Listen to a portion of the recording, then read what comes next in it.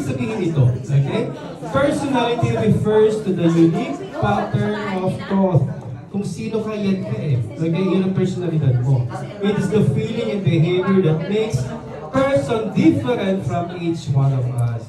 Dahil sa personality na yan, iba-iba tayo na ginagawa. Iba-iba tayo ng das na pinupunaw. Dahil iba-iba tayo. Okay? We have our own individual differences. That is personality. Alright? And it influences how people act.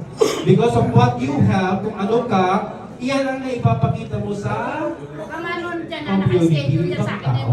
Kung masama ka, sorry, kung hindi kagandahan ng asal mo, yun ang makikita ng kapwa mo. Okay, dahil nga, meron tayong individual differences. So, kailangan, anong gagawin pag hindi magandang ating ginagawa sa buhay?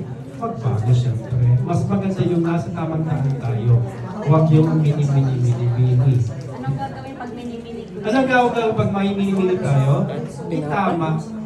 Gawin tama ang ating business. Alright? Dahil tao lang tayo. We got mistakes. Nagkakamali tayo, di ba? So, pag may pagkakamali, may pagbabago.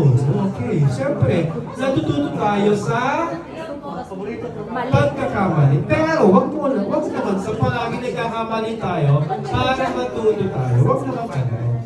Kung alam natin na tama tayo, then we should fight for it. Okay? Wag yung tayo hindi. Kasi pag nagkamali tayo, kailangan na andun talaga may pagbabago. Hindi.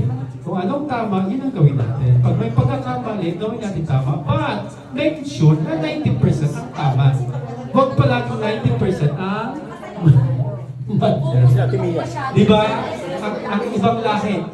Pag tayo nagkamali, isang beses lang. Hindi tayo makakalimutan palagi.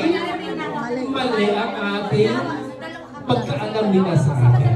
Tama? Ito na lang lagi. Okay, I think alam natin, parang gutom na ba lahat? Mahaba pa kasi kaya lang, siyempre, alin natin para makakain tayo. And after that, counting, pagtuturo na lang, then may pag-ins tayo mamaya.